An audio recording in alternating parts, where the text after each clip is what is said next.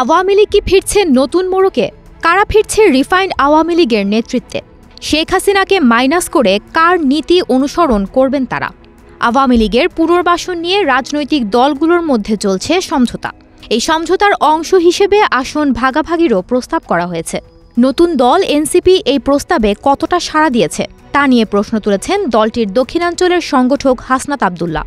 শুক্রবার মধ্যরাতে নিজের ভেরিফাইড ফেসবুকে দেয়া এক পোস্টে এসব কথা বলেন তিনি। ওই পোস্টে হাসনাত আব্দুল্লাহ লিখেছেন, কিছুদিন আগে আমি আপনাদের বলেছিলাম যে রিফাইন্ড আওয়ামী লীগ নামে নতুন একটি ষড়যন্ত্র নিয়ে আসার পরিকল্পনা চলছে। এই পরিকল্পনা পুরোপুরি ভারতের। সাবের হোসেন চৌধুরী, শিরিন শারমিন এবং তাপসকে সামনে রেখে এই পরিকল্পনা সাজানো হচ্ছে। আর্মিসহ আরও 2 জনের কাছে ক্যান্টনমেন্ট থেকে এই পরিকল্পনা উপস্থাপন করা হয় 11 মার্চ দুপুর 2:30টায়।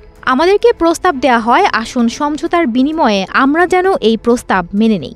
আমাদেরকে বলা হয় ইতোমধ্যে একাধিক রাজনৈতিক দলকেও এই প্রস্তাব দেয়া হয়েছে এবং তারা শর্ত সাপেক্ষে আওয়ামী লীগ পুনর্বাসনে রাজি হয়েছে।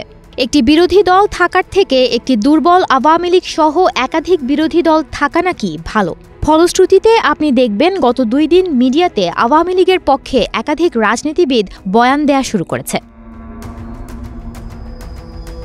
তিনি তার পোস্টে আরও লিখেছেন, রিফাইন্ড আওয়ামী লীগ যাদের দিয়ে করা হবে তারা এপ্রিল-মে থেকে শেখ পরিবারের অপরাধ স্বীকার করবে, হাসিনাকে অস্বীকার করবে এবং তারা বঙ্গবন্ধুর আওয়ামী লীগ করবে এমন প্রতিশ্রুতি নিয়ে জনগণের সামনে হাজির হবে। এই প্রস্তাব দেয়া হলে হাসনাত তৎক্ষণাৎ এর বিরোধিতা করে বলেন, আওয়ামী লীগের পুনর্বাসনের পরিকল্পনা বাদ দিয়ে যেন আওয়ামী লীগের বিচার নিয়ে কাজ করা হয় এবং তার প্রত্যুত্তরে বলা হয় আওয়ামী লীগকে ফিরতে কোনো ধরনের বাধা দিলে দেশে যে সংকট সৃষ্টি হবে তার দায়ভার তাদেরই নিতে হবে এবং Awami League must come back.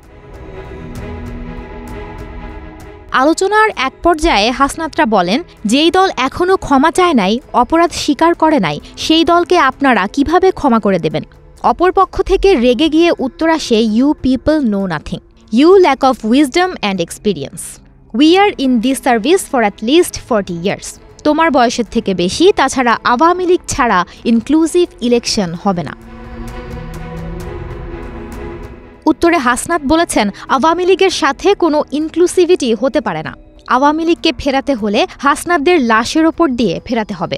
তিনি আরও বলেন, আওয়ামী লীগ ফেরানোর চেষ্টা করা হলে যে সংকট তৈরি হবে তার দায়ভার তারা নিতে রাজি এবং মিটিং অসমাপ্ত রেখেই চলে আসার কথা উল্লেখ করেন হাসনাত আব্দুল্লাহ। এবং তিনি আরও বলেন, জুলাই আন্দোলনের সময়ও তাদেরকে দিয়ে অনেক কিছু করানোর চেষ্টা করা হয়েছে। কখনো এজেন্সি, কখনো বা ক্যান্টনমেন্ট থেকে নানা ধরনের প্রেসক্রিপশন গ্রহণ করতে চাপ দেওয়া হয়েছে, কিন্তু তখন তারা সেসব চাপে নতি স্বীকার না করে জনগণের উপরে আস্থা রেখেছে এবং জনগণের উপর আস্থা রেখেই হাসিনার চূড়ান্ত পতন ঘটিয়েছে। তিনি বলেন, জুলাইয়ের পর আজও ক্যান্টনমেন্টের চাপকে অস্বীকার করে তিনি জনগণের ওপরই ভরসা রাখতে চান। তিনি তার এই পোস্ট দেওয়ার পর বলেন যে, এই পোস্ট দেওয়ার পর আমার কি হবে আমি জানি না, তবে বিপদে পড়লেও আওয়ামী লীগের নিষিদ্ধের প্রশ্নে কোনো ধরনের আপোষ করার সুযোগ নেই। আওয়ামী লীগকে নিষিদ্ধ করতে সকলের প্রতি আহ্বান জানিয়ে বৈষম্য বিরোধী ছাত্র আন্দোলনের এই সমন্বয়ক বলেন, আওয়ামী লীগ রাজনীতি করতে পারলে জুলাই ব্যর্থ হয়ে যাবে। শরীরের এক বিন্দু রক্ত থাকা পর্যন্ত আমাদের শহীদদের রক্ত আমরা বৃথা হতে দেব না। 5 আগস্টের পরের বাংলাদেশে আওয়ামী লীগের কামব্যাকের আর কোনো সুযোগ নাই, বরং আওয়ামী লীগকে অবশ্যই নিষিদ্ধ হতেই হবে। সুমনা মুস্তফা, প্রবাস খবর।